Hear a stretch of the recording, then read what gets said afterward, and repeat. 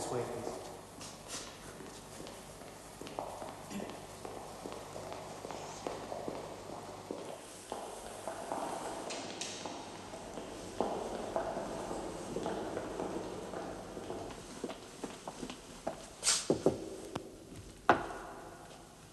Mrs. Druce, sir.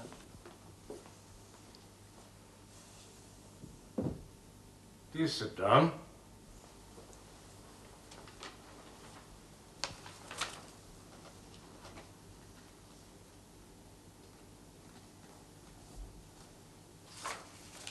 This is the most extraordinary application I've ever read. Yes, sir. You compiled it yourself? That's right, sir. Why exactly are you applying to a church court? I want a faculty to open the coffin, sir. Of? Of my father-in-law, Thomas Charles Druce, sir. Page 16, I think it is. You say died in... Was supposed to have died in 1864, yes, sir. 34 years ago. He kept a shop in Baker Street, his coffin was placed in the family vault at Highgate Cemetery, and his will duly executed. And your application says that he didn't really die at all. And the coffin is empty. That's right, sir. You claim that he in fact lived another 15 years under another name? As the Duke of Portland, yes, sir. You see, my father-in-law and the Duke of Portland were one and the same man. He led a double life, you see. He lived 6 months of the year as one and 6 months as the other. He had 2 wives and 2 families, and neither side knew about the other. I know it sounds rather surprising, but all we've got to do is open the coffin. It's full of lead, you see.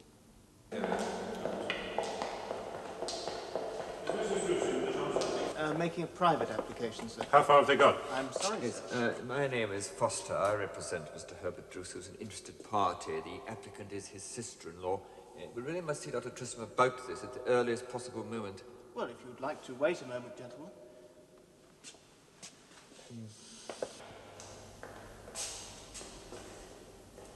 I've applied so far to the Home Secretary, the House of Lords, the cemetery authorities and Bow Street Police Station, but none of them would listen. Well, I'll be frank with you, Mrs. Druce. We receive applications similar to your own from time to time for unfortunate souls not entirely in command of their wits. But in your case, I must say that I've been impressed by the evidence that you've gathered and by the nature of the witnesses who made affidavits to support it. Also, you appear to be perfectly sane. Oh, I am. I'll grant your application for a court hearing. You should at least have a chance to make out your case in full. Oh, thank you, sir. Thank you. I'm very much obliged. But you really should get yourself represented, you know. Well, I can't afford it, sir. I'm a poor person. I see. Well, I'll let you know when the court hearing will be. Good afternoon to you. Thank you very much, sir. Good afternoon. Oh, Mrs. Druce, what exactly is your legal interest in all this? Well, if what I say is proved right, and I know it will be, I'll be the Duchess of Portland. I'll own Welbeck Abbey, all the Portland estates, and 16 millions in cash. I see. Thank you. Annie. Herbert, I'll let you know when the court is to hear me, Herbert. It's all arranged. You're a lunatic, woman. You're a lunatic, Your Grace.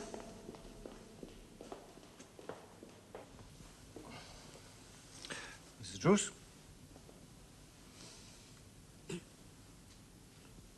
Honourable Sir, I am aware that at first sight my claim may seem to be extravagant, even fantastic.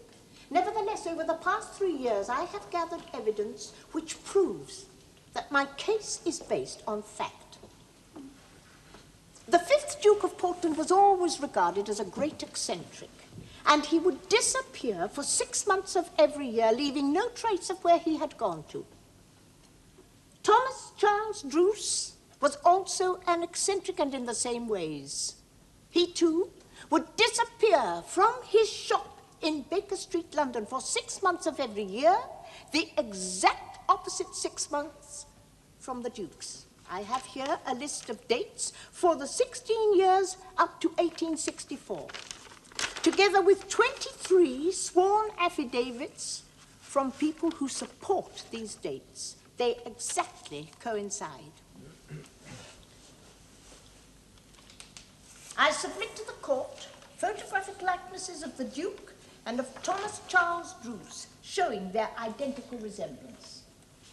I also submit sworn affidavits of Mr. Vassar in the employment of Thomas Charles Druce in 1864, of how he helped bring lead into the shop to fill a coffin, and that Mr. Druce's instigation announced his death and arranged for the funeral next day.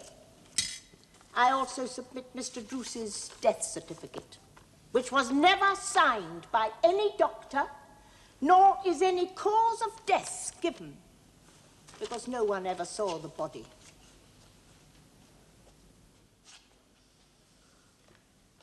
But why on earth should the Duke lead a double life? It's very boring being a Duke. Then why fake Druce's death in 1864?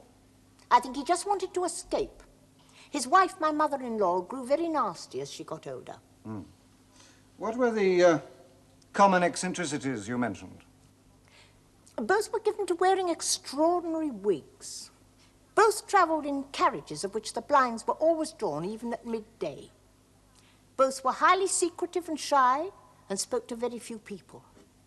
Both were abstemious, except that both would eat 1 chicken per day and every day, fresh killed, half at luncheon and half at dinner, and nothing else. Both suffered from the same rare skin disease, a purple patching in identical places on their bodies, giving rise to certain disfigurements of the nose. And when the family vault was opened in 1893, my husband's coffin had dropped down into old Druce's beneath it. You could see then there was no body in it. I find it to be the duty of this court to grant this application. The court has been impressed by the evidence, and it would seem that the only way to settle the matter is to open the coffin. At the commencement of the proceedings, you did say that... I was about to add, persons who have an adverse interest should submit a caveat. Faculty will not issue for 2 weeks to allow time for such objection. All right.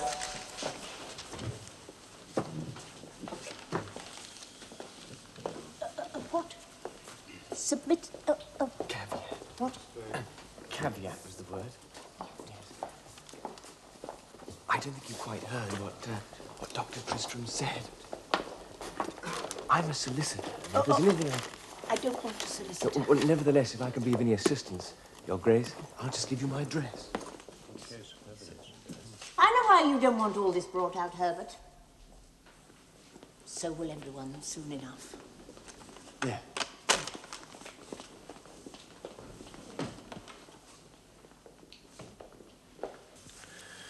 I do wish we could get the good lady locked up. She's been demented for years. Yes, but not demented enough for incarceration, I fear. So what approach then? Well, her impecuniosity might be of service to us. Buy her off? Well, a small fraternal loan. How much? 1,000. £1,000? Well, your business would drop 20 times that amount if you know what got out. In return, she might lend you all her interesting documents to read, just for a day or two, of course. Which I keep. But you burn. She thinks she's worth millions. No, she doesn't. It's sheer fantasy, and deep down she knows it. In my experience, self-delusion can be cured overnight by cash down to a sharp kick in the teeth.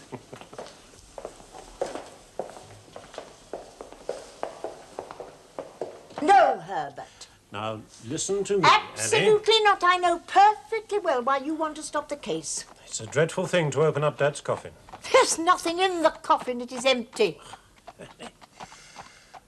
How long have you thought all this about the Duke of Portland? We used to talk about it when Dad was still alive. That was a family joke. It was a half joke. But when my husband died, I started to investigate. It's taken me 3 years. I've been all over the country. I've employed search agents, ex-police, all sorts. Yes, then you must have used up every penny he left you. I can manage, and I know what's worrying you, my lad.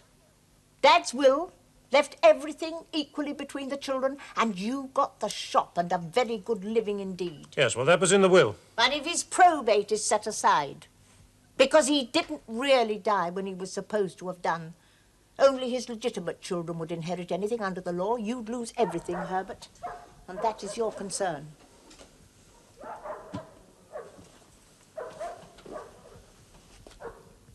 £5,000. Good night, Herbert. All right, then, a caveat. We'll enter a caveat. That'll put a stop to you. Then you'll get nothing. Just you try it, that's all.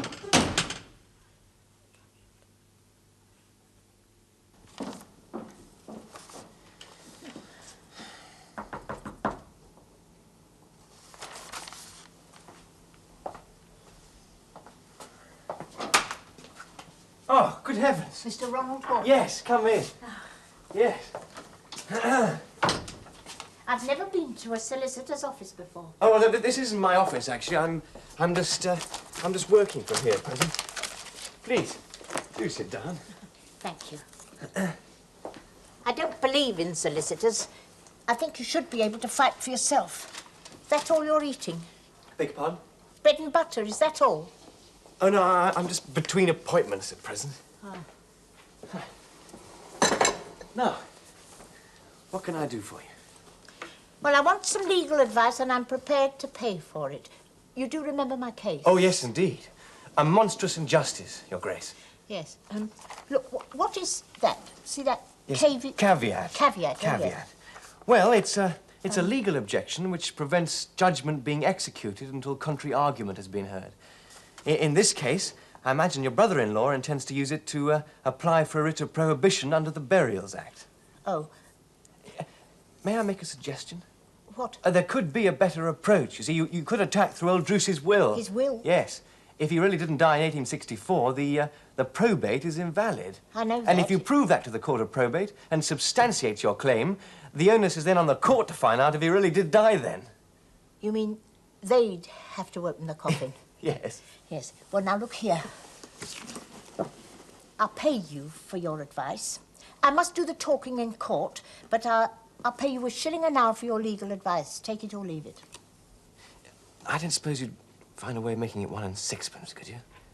You do stand to make 16 million. Very well, then. 1 and 6pence. Now, then, you tell me all about the Court of Probate, and then we'll decide what to do. And then you come back to my house for a good square meal, my lad.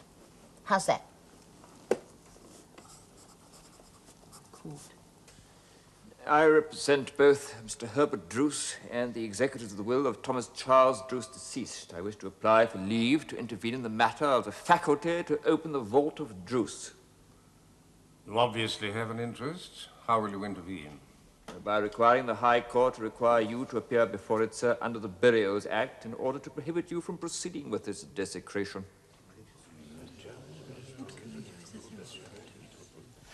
The Burials Act is conclusive.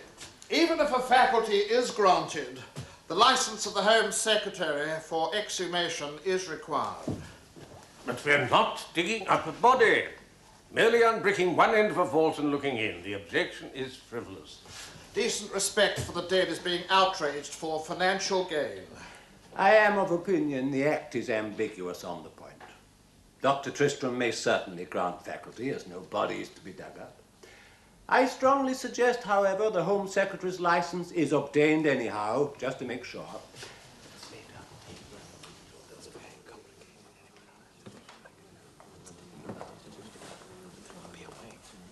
You advising Mrs. Druce? Whatever I am. Just that I saw you touting for her business at the consistory court. I gave her my address. For the Law Society is very hot on touting. I would give her up if you wish to stay in business. All right.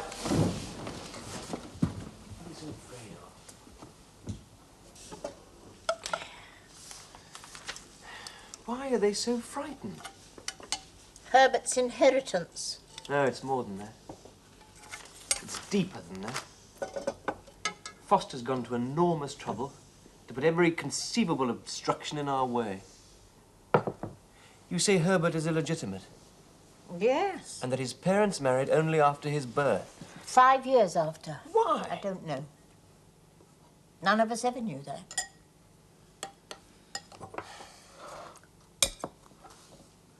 It's nice here. Lovely soup.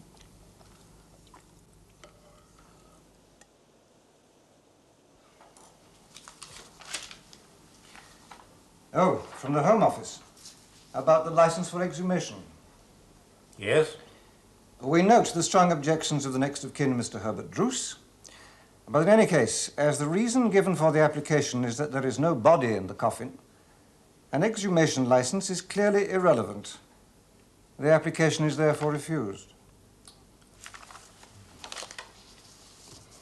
The will must be cancelled because Mr. Druce did not die then. He was the Duke of Portland. You mean the probate of the will? It is the same thing, my lord. Oh, it's not the same thing at all. So you wish to apply to have the probate revoked? Cancel. Yes, my lord. Well, there's clearly only one way that can be settled. Open the coffin. I shall adjourn and invite the Chancellor of the Diocese of London to consider favourably the petition before him to do just that. But no Home Secretary's license Nothing to do with me, sir. All right. Did I asked him once where he went to when he disappeared every 6 months. And he looked at me with such a funny smile. And next day, in the shop, he gave me a little box. A little ivory music box it was. I've got it somewhere. Had a picture of Welbeck Abbey on the lid, and inside it said, "When this you see, remember me." Yes, but that doesn't prove anything. Oh, yes, it does, my dear. Proves I'm the Duchess of Portland. I apply for a renewal of the faculty to open the tomb of Thomas Charles Druce, deceased. Objection. I know all about the Home Secretary's license, Mr. Foster. I don't think he has any jurisdiction. Normally, I would grant this renewal, but now apparently the Home Secretary has served a writ on the cemetery company ordering them to refuse me access to the vault until his license has been granted. I find it all most bizarre. Then I apply for leave to serve a citation on the cemetery company to show cause before you why they should not comply with your faculty. Ah, that's a good idea.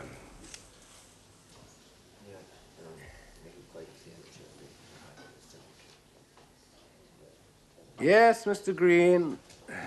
I appear for the Highgate Cemetery Company, my lord. I apply for a rule nisi calling upon Dr. Tristram to show cause why the consistory court should not be prohibited from adjudicating the caveat.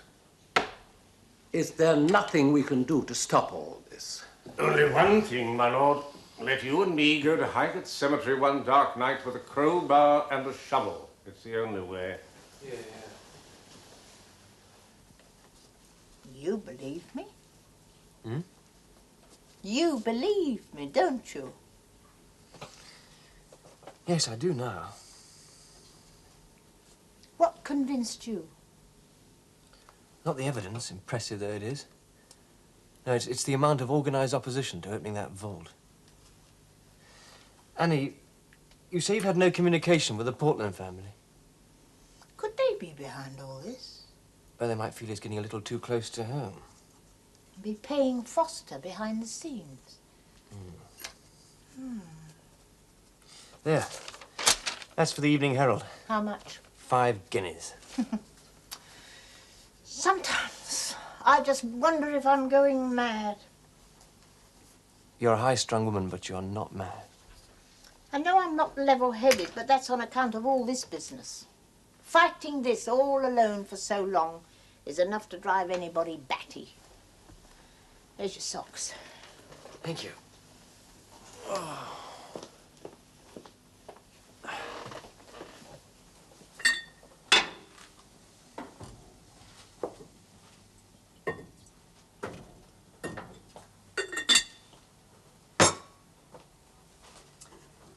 Ronnie, I've been thinking it does seem stupid for us to be paying 2 rents when we're both so hard up.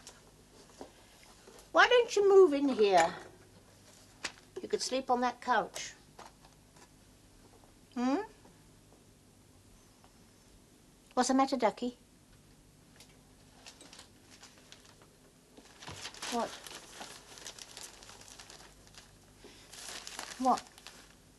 Collapse of Druce case, 3rd family discovered in Australia.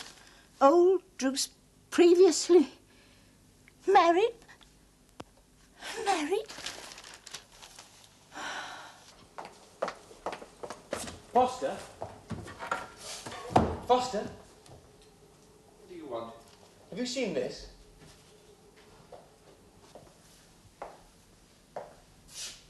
My dear sir, I've known about that for months. What? This is not a sort of place to carry on this sort of business. Why don't you come and see me in my office? I think I can see you next Wednesday. I've already been there. Your clerk told me you were here. Did I hear you say months? Keep your voice down.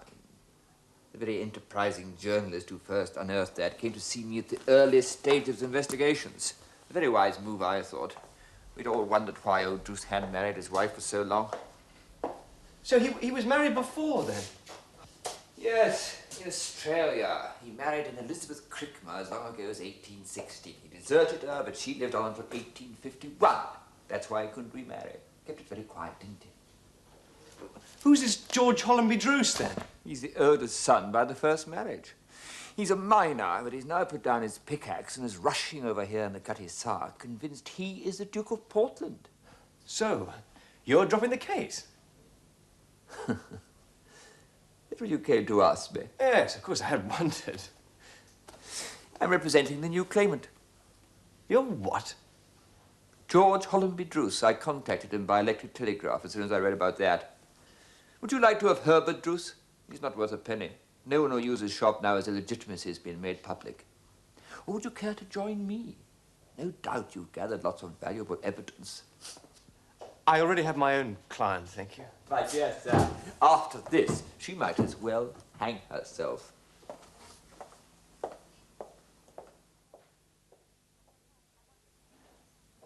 I want a date fixed for the trial of the will. Your lordship adjourned the case. Until the coffin had been examined, yes. Well, there are difficulties about that, my lord. My lord, we cannot rush these things. I had to reprove a will, first proved 30 years ago, and that cannot be done in 5 minutes. In any case, I understand there have been certain Antipodean developments in this case that may overtake this petition. But I want my income. £1,000 a day, 1,000 sovereigns. I am very hard up, you know, and I want my money. Why am I so opposed? There are 2 million sterling owing to me in arrears alone. And it's all very fine for Mr. Bargrave Dean and your lordship to keep my money from me. I am now only Mrs. Druce of Baker Street, but I shall prove I am the Duchess of Portland later on. Say about 5:30. But there is my evidence, sir. Evidence, witnesses, sworn affidavits. No one will listen to me. You must drop it, Annie. I don't care what it costs. Your health is far more important than any lawsuit. No one will listen to me. Look, I'm going to tell you bluntly, Annie, if you go on like this, you really will go off your head. Yes. You think I should drop it? You should take a rest from it. Just for a while. Look, why don't we go away for a few days, huh? Why don't we go to the seaside? So you could push me in. Now, Annie, don't be ridiculous. Don't touch me. You're siding with them now. Oh. They've got at you now, just like they did Foster. I know how they work. Well, I don't need you anymore. Go back to your dirty little room. You're a traitor. Traitor! I'll fight it alone. Ronnie, no. No, Ronnie, don't go. Don't go. I'm sorry. It's just that everyone is against me. Oh, everyone. Oh,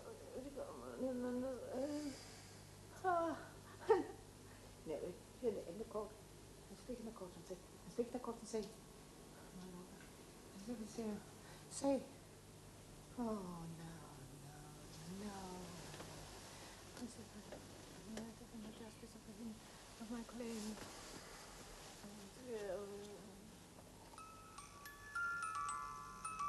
Unless you see, remember me. Nobody loves me.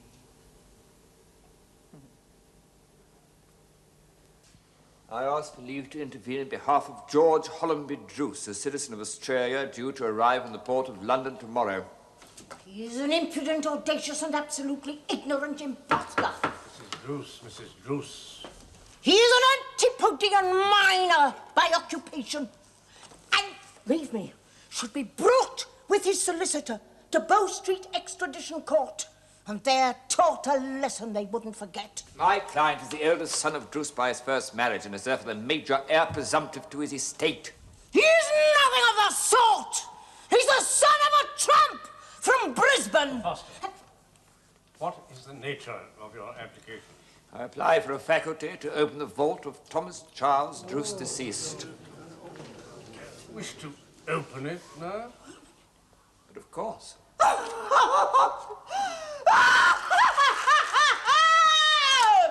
Justice at last!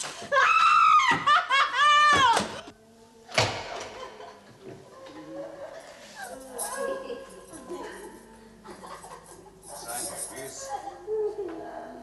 Your son? No, just a friend. Sure. Only a few moments, I'm afraid.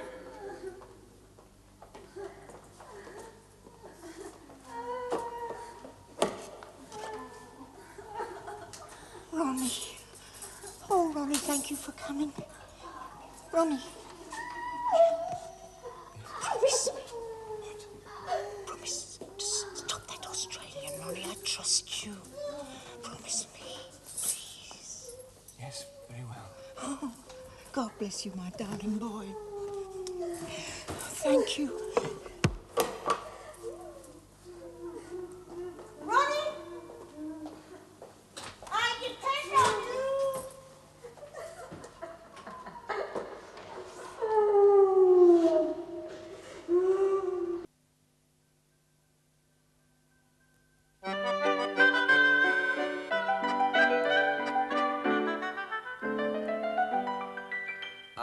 Welbeck Abbey, Nottinghamshire, the seat of the Duke of Portland since the 17th century. It's a very beautiful place, Your Grace. Ah, now this is your town house. My what? It's your house in London. Well, where was the first one, then? That is in Nottinghamshire, about 100 miles away. I've got 2 houses. You got 7. Now, these are some of the Portland estates. They include the Howard Warden lands, and taken together, they comprise of about 260,000 acres. Yeah, that's quite a lot, isn't it? Yes, well, it's worth about 16 millions. I'm sure your tenantry greatly appreciate the speed with which you've hastened to these shores to take up your duties, Your Grace. Yeah, well, how about some ready cash, then? Ah, well, I'd advise you to form a limited company, the Druce-Portland Claimants Company Limited, and sell the shares in the open market at £1 each. Perhaps you could start with an issue of 30,000. They should sell like hotcakes. Oh. In fact, I've taken the liberty of drawing up the necessary paperwork. Your Grace doesn't have to do anything but sign it and pay my bills.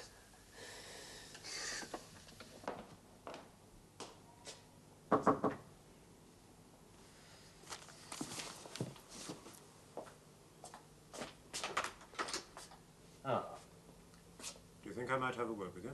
I really don't think you should without your solicitor being... Foster? He's my solicitor no longer. I'm obliged to you.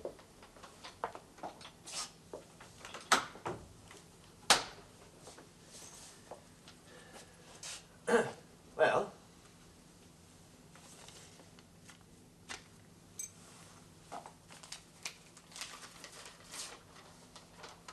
A magistrate's court summons? For perjury? A private prosecution brought by that Australian. Scarcely set foot in the country. In that the said Herbert Druce to declare upon oath that he saw the body of his father, the said Thomas Charles Druce deceased, in his coffin after his death. It's tactics, isn't it? That's Foster. Anyway, the point is this. Will you act for me? What? Well, since my illegitimacy became public knowledge, my business has halved. And if I have to face a perjury charge as well... Yes. But why me? Because you're the only solicitor apart from Foster who knows anything about it, and I must answer this quickly. Do you know what witnesses I'll be calling? No, can't you find out? No, not until we're in court. Surely you have a right to know beforehand. Not with perjury. And nor have you the right to go into the witness box.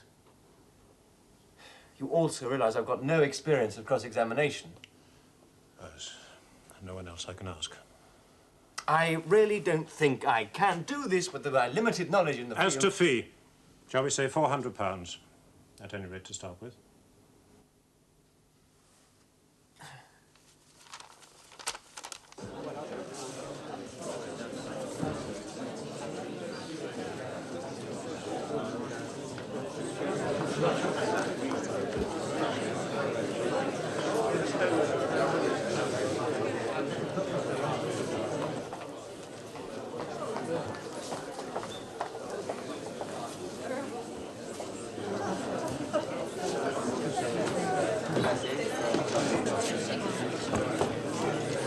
Calling a Mr. Robert Caldwell and Miss Roberts. I've never heard of them. Who's that over there? That's the present Duke of Portland. He's got 3 barristers and 2 solicitors and watching briefs. The other counsel represent the shareholders of the Druce-Portland Claimants Company. They're scared, then. The court will rise.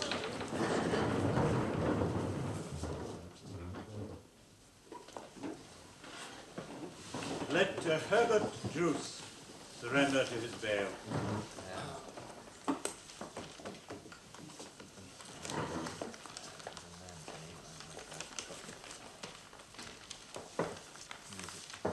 Herbert Druce, you are charged with perjury, in that you declared upon oath on the 13th day of June last that upon the 28th day of December 1864 you saw your father dead and in his coffin, knowing that this was untrue and calculated to deceive the court. How say you? Are you guilty or not guilty? Not guilty. You may sit down. Yes, Mr. Foster. May it please your worship, the relevant passage of the defendant's statement made upon oath at the court of probate is as follows. About the month of September 1864, my father became gravely ill, and I was present when he died on December the 28th, between the hours of 1 a.m. and 2 a.m. I saw him wrapped in a sheet and placed in a lead container, which was placed inside an oak coffin, which I saw sealed. At a later date, I saw this coffin placed in a vault in Highgate Cemetery. I shall be calling witnesses to prove that this statement was a deliberate, malicious, and wicked lie. I shall be calling 2 in particular, Mr. Robert Caldwell, who has just returned from the United States of North America, where he has been living since 1871. You will hear how he personally arranged the simulated death and mock funeral of Druce himself, how it was he who bought the lead and placed it in the coffin. I shall also be calling Miss Robinson, who was in a certain relationship with Mr. Druce, and who, after his supposed death, continued in that relationship with the Duke, knowing him to be one and the same person. And Miss Robinson even now is living in a house in Maida Vale, given to her by Mr. Druce on an income provided by the Duke. Your Worship, I call Mr. Robert Caldwell. Now, Mr. Caldwell, how did you first come to meet the Duke? When I was a young man, I used to suffer from an acute skin disease which gave me a bulbous nose. I went to see Sir Morrell Mackenzie, the physician, about it, and it was he who introduced me to the Duke. Yes, how came he to know the Duke? He was suffering also from the same complaint. And did you meet the Duke again? Oh, yes, we became friendly. I was invited to stay at Welbeck Abbey. Yes, when was this? It would be the spring of 1862. At the conclusion of my visit, I travelled with him in his curious closed carriage back to London and to his Baker Street Bazaar, where I also stayed with him. He explained to me that in London he was known as Mr. Druce. Yes. And did you ever meet Mrs. Druce? Oh, yes, indeed, and the children, including the defendant. Of course, he was very young at that time. Yes. Did your friendship with the Duke continue? Oh, yes, we became intimate friends. Yes, and did he ask you to perform a particular service in 1864? Yes. One evening, sitting by his fireside in Baker Street, he told me he'd grown tired of his double life and asked me if I would help him to kill off Druce, as he put it. Yes. And did you receive payment for this service? Yes, £200. What did you have to do for this payment? I had an old carpenter make a coffin, in secret, you understand, and I went to a store to purchase some sheet lead. How much lead? About £200 in weight. Yes, and why that amount? It was the approximate weight of the Duke. And were you present when the coffin was sealed? I sealed it myself with the assistance of the Duke and the carpenter. Yes, and what was in it? Nothing but the lead. Yes. You are quite sure about that? Absolutely. Yes. Now, did Mr. Druce or the Duke ever lie in the coffin in order to give the impression to a third party that he was dead? Absolutely not. What else did you do? I advertised his death in the newspaper. I informed the staff of the bazaar and arranged to have it closed for a week. I arranged the funeral and coaches for the mourners and so on. Yes, how many coaches? About 50. 50? Oh, yes, it was a grand funeral. They were filled with old men from the soldiers' home, whom I paid 5 shillings each. And lastly, Mr. Caldwell, how is it only now that you come to appear in this case? I read about it only 3 months ago in an American magazine. I immediately wrote to the court to explain my part in the affair, and later I was requested by yourself, sir, to cross the Atlantic and give evidence. Thank you, Mr. Caldwell.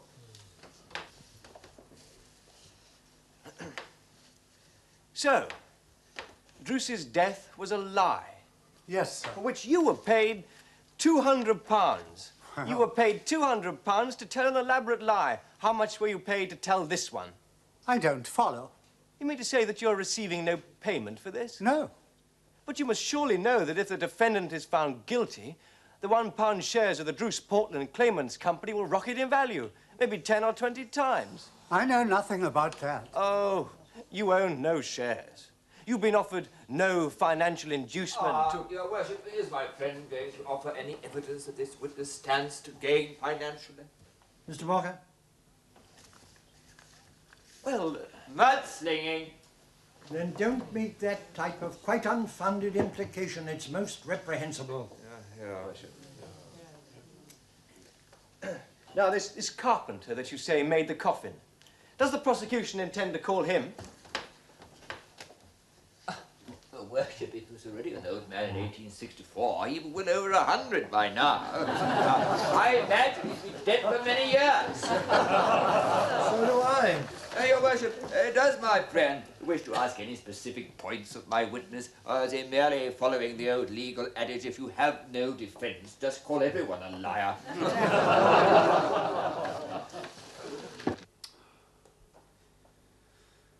Well, what else could I have done?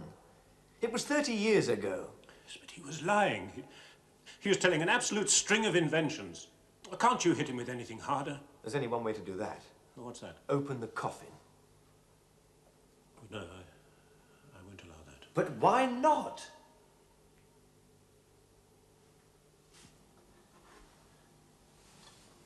How long could I go down for? After 7 years? Who is this Miss Robinson? I have no idea. Well, then you must accept that the only thing we've got left is that coffin. You must withdraw your objection. Druce.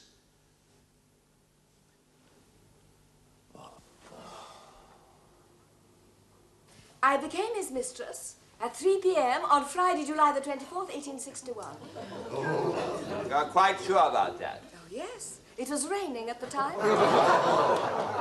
Now, how did you first come to meet Mr. Druce? We had been introduced by Mrs. Sowers, a Polish lady. Now, who was she? A friend of mine. Yes, but how can I put it? Was she the sort of person who was in the habit of introducing young ladies to middle-aged gentlemen? Pardon? Was she a procuress? Gracious, no, her husband was a church warden.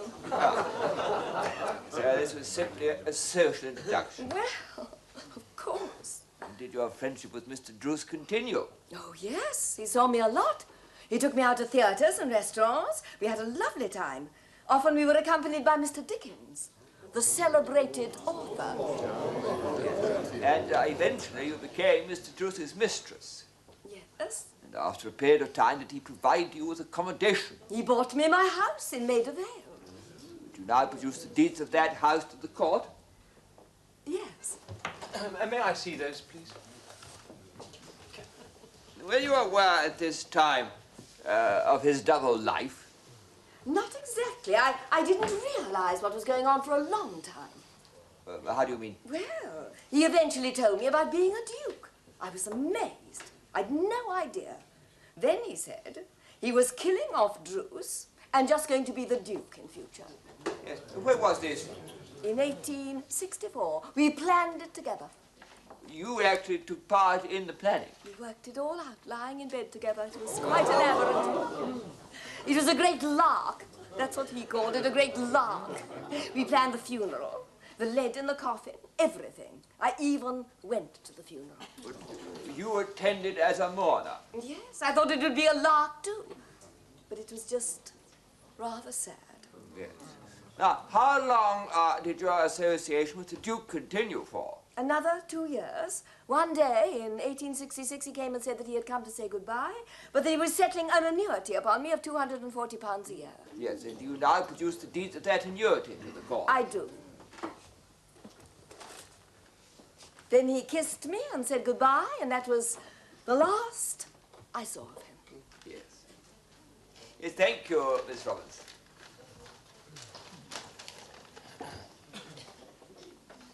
Miss Robinson, are you a prostitute? I beg your pardon. Did you receive payment from Mr. Druce in return for your services? He loved me. And how could you tell? He said so. Now, come, Miss Robinson, this is absolute lies, isn't it? You've never met him in your life. Of course I did. He gave me my house. Yes, but these title deeds, they don't mention him at all. Don't they? They give your name and the names of previous owners, but there's no mention of anyone who may have provided you with the cash to buy the place. Oh. It's the same with the deeds of annuity. There's no mention of anyone who invested the money. Might well have been you yourself. But it wasn't. Can you offer any proof at all of your friendship with Thomas Charles Druce and the 5th Duke of Portland? Well, all I've been saying. Oh, so we just have to take your word for it, do we? That's right. How long were you his mistress altogether? 5 years. 5 years.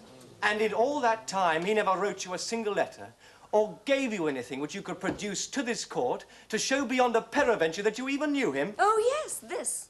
What? He gave me this locket. It has an inscription. Shall I show it? Yes, please. I take it this is not evidence that has been agreed, gentlemen. I've not seen it before, Your Worship. Then I think perhaps I better have it. Thank you. It is a locket of conventional type. On the left, there is a photograph of a clean-shaven man. Clearly the same photo as has already been submitted to the court as Druce deceased. And on the right, a bearded man. It appears to be the same man with a beard. There is an inscription round it in memory of a great lark. December 28th, 1864. Charlie.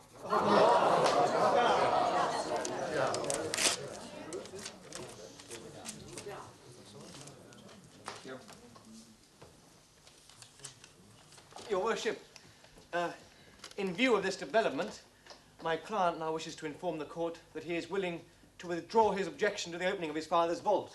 Oh. How soon could that be done? I should say about a week. Then I will adjourn the case for a week while the exhumation is carried out. All rise.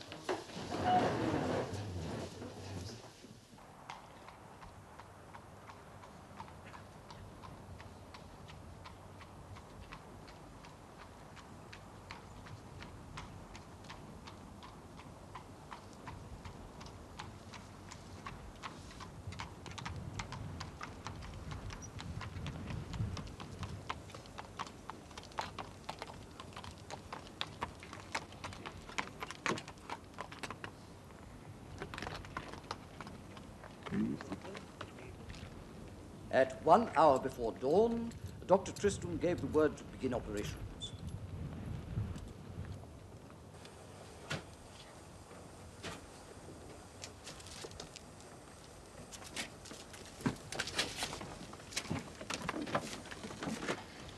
The lid was wiped free of dust and rubble, disclosing a brass inscription reading, Thomas Charles Druce, Esquire, died 28th December 1864 in his 71st year.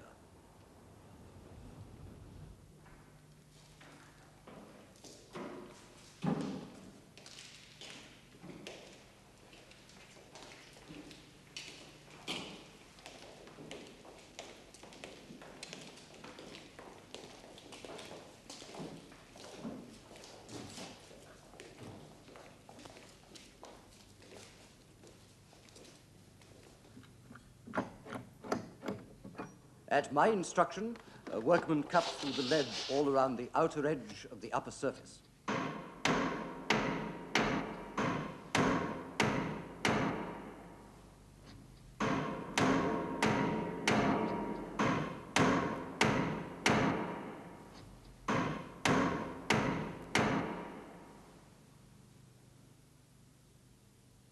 This lid was then removed with the utmost caution, and the face of an elderly man was revealed in perfect condition. And by elderly, Dr. Pepper? Oh, between the ages of 65 and 75. And the entire body was well preserved? Exceptionally well preserved. And so you had no difficulty in identifying it? None. I was equipped with several photographic likenesses of Thomas Charles Druce, which have been produced in this court. It was undoubtedly the same person. There is no doubt in your mind about it? None whatsoever. Thank you. I have no questions, Your Worship. There cannot be the slightest doubt, my dearest Annie. He had scanty red-brown hair with 1 part white, and his eyebrows were thick and rather wavy. You saw him yourself? Oh, yes, indeed. What about the locket, If it were not for your slip over the locket, you may both have got away with it. But the fact that you had tried to erase the hallmark unsuccessfully, and that mark showed the locket to have been made in 1896, activated a chain of police inquiry, which inevitably disclosed the substantial sum of money you were to be paid for your perjury in this very court. This is the most wicked case of conspiracy to perjure I have ever known. You will both go to prison for 7 years. So, I'm afraid, my dearest Annie, that is the end of it. Oh, no. What? Not by a long Now, shot. Annie, I really do think... Ronnie, I want you to start all over again from a totally new fact. Last week, I paid 3 workmen to go over one night to the tomb of the 5th Duke of Portland and open it, and do you know what they found? It's full of lead. I've got to go. No. I've got to go. No, don't go. Yeah, I've got to Ronnie, go. don't go now. Don't you see what it means? Ronnie!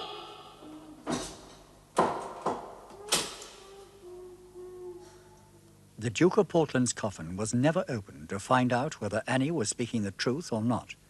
The tomb was irreparably damaged by a high-explosive bomb during the Second World War.